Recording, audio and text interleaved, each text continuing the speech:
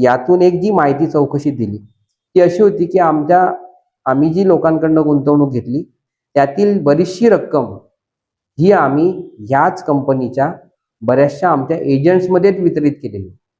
त्यामुळे त्याचं वारंवार आरोपीचं म्हणणं असंच होतं की ही रक्कम ही तुम्ही सर्व एजंटच्या चौकशी आणि या सर्वातून रिकव्हर केली जावी.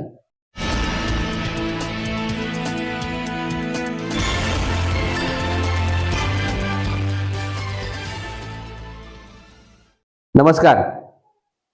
साल 2022ला कोकण रिपोर्टरच्या माध्यमातून आपण TWJ संदर्भातील जे गुंतवणूकदार आहेत त्यांना ज्या काही नॅशनल स्टॉक एक्सचेंज असेल किंवा सेबी असतील यांनी त्या कंपनीच्या विरोधात काढलेल्या ज्या काही नोटिसेस होत्या त्या अनुषंगाने आपण जागृती म्हणून गुंतवणूकदारांना किंवा यांची फसवणूक होऊ नये म्हणून आपण बातमी केली होती, व्हिडिओज केले होते. आज 2026 आहे.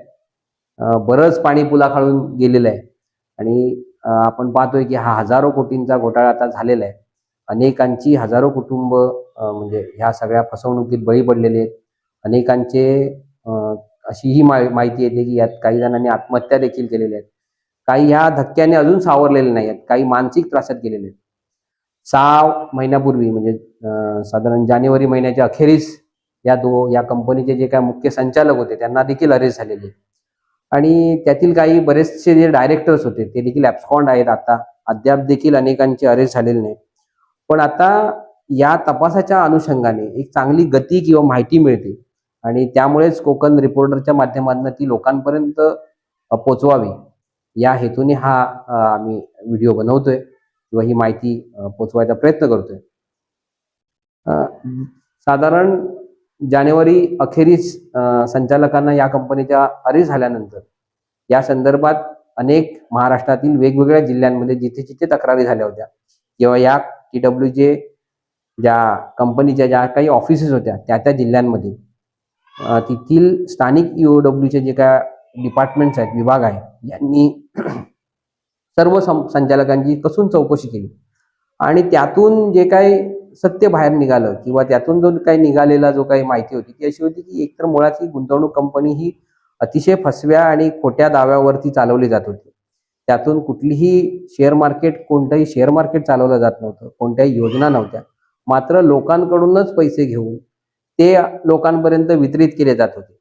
हा ही कॉमन जी अशा फसवणुकी करणाऱ्या ज्या काही कंपन्यांची मोडस ऑपरेंडी आहे त्याच पद्धती आधारित ही कंपनी चालली जात होती. हे तपासात निष्पन्न झाले आणि या कंपनीच्या धक्कादायक गोष्टी अशा आहेत की या कंपनीच्या कुठल्याही स्वतःच्या स्थावर मालमत्ता नव्हत्या किंवा काही अशा ठेवीही नव्हत्या किंवा या संदर्भातल्या कुठल्या काही 7 अशा रोखीही नव्हत्या की ज्यातून गुंतवणूकदारांची रक्कम मिळू शकेल.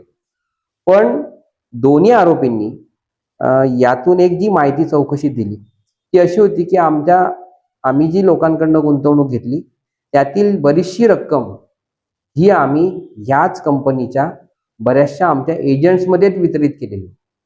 त्यामुळे त्याचं वारंवार आरोपीचं म्हणणं असंच होतं की ही रक्कम ही तुम्ही सर्व एजंटच्या चौकशी आणि या सर्वातून रिकव्हर केली जावी कारण का आमच्याकडे तर पैसे नाही आहेत, हा त्यांचा दावा होता. याच दाव्याच्या आधारे महाराष्ट्र शासनाच्या EOW विभागाने आणि विविध जिल्ह्यांच्या विभागाने एकत्रित येऊन याच्या संदर्भातले अहवाल केले तयार आणि या संदर्भात मनी ट्रेल म्हणजे जे काही रक्कम वितरित गेल्यात किंवा सर्क्युलेशन झाले हे शोधून काढण्यासाठी त्यांनी एक सर्टिफाईड जो काही CA ऑडिटर असतात त्यांची नेमणूक केली आणि त्या मनी ट्रेलच्या माध्यमातून आता एक अशी बातमी मिळते की जवळपास 450 ते 600 जे गुंतवणूकदार आहेत, गुंतवणूकदारांचे जे एजंट्स आहेत यांच्याकडे त्यांच्या प्रिन्सिपल अमाऊंटच्या पेक्षा अधिकची रक्कम हे त्यांच्या खात्यात गेलेली आहे आणि ती कोट्यावधीची.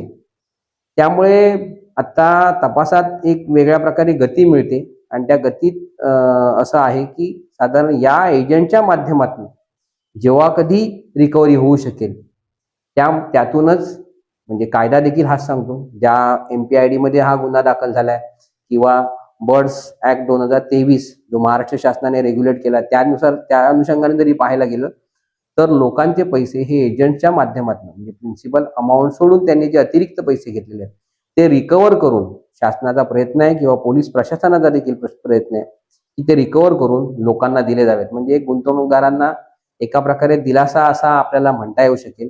त्यामुळे जिथे जिथे आवश्यक तुमच्या जे काही माहितीतले गुंतवणूकदारांचे एजंट्स असतील त्याची जर तुम्हाला जर कोणती माहिती असेल किंवा त्यांनी अतिरिक्त पैसे वसूल केलेले आहेत किंवा घेतलेले आहेत असं जर तुम्हाला कुठेतरी वाटत असेल तर खरोखर तुम्ही 112 नंबरपर्यंत संपर्क करावा किंवा त्याची माहिती द्यावी किंवा कुठला आरोपी जरी तुमच्या संपर्कात किंवा एजंट्स असेल, आता बरेचसे अनेक जण ॲब्स्कॉन्ड आहेत, ती माहिती देखील प्रशासनापर्यंत पोचवावी असं मला वाटतं. आणि सोबतच आता ज्या प्रकारे ज्याने हा आर्थिक गुन्हा केला तो आज शिक्षा भोगतोय, ज्यांनी कुठल्या तरी फसव्या दाव्यामध्ये येऊन गुंतवणूक केली ते देखील आज गुंतवणूकदार त्रासात आहेत. पण मधल्यामध्ये कुठेतरी जे या सर्वाचा मलिदा ज्यांनी घेतलाय ते मात्र मोकाट आहेत आणि हेच विषय सारखे सातत्याने चौकशीमध्ये येत असल्यानंतर ही आता गोष्ट घडते. ती एक प्रकारे तपासातलं यश म्हणावं लागेल आणि एक प्रकारे गुंतवणूकदारांना दिलासा ठरणारी देखील घटना आहे असं मला वाटतं. कोकण रिपोर्टरच्या माध्यमातून आपण या अगोदर या फसवणुकीच्या संदर्भातल्या आपण माहिती दिली होती.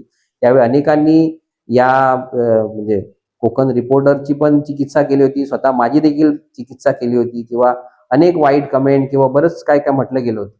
पण आमची भूमिका हीच होती की लोकांनी अशा कुठल्या योजनांमुळे फसू नये आणि आता जरी फसले असाल तरी देखील आता कुठल्या ना कुठल्या तरी मार्गाने जर तुम्ही तुमची गुंतवणूक फसवणूक झाली असेल तर प्रशासनापर्यंत तुम्ही पोहोचलात, नक्की तुम्हाला कुठेतरी यातून दिलासा मिळू शकेल असं मला वाटतं.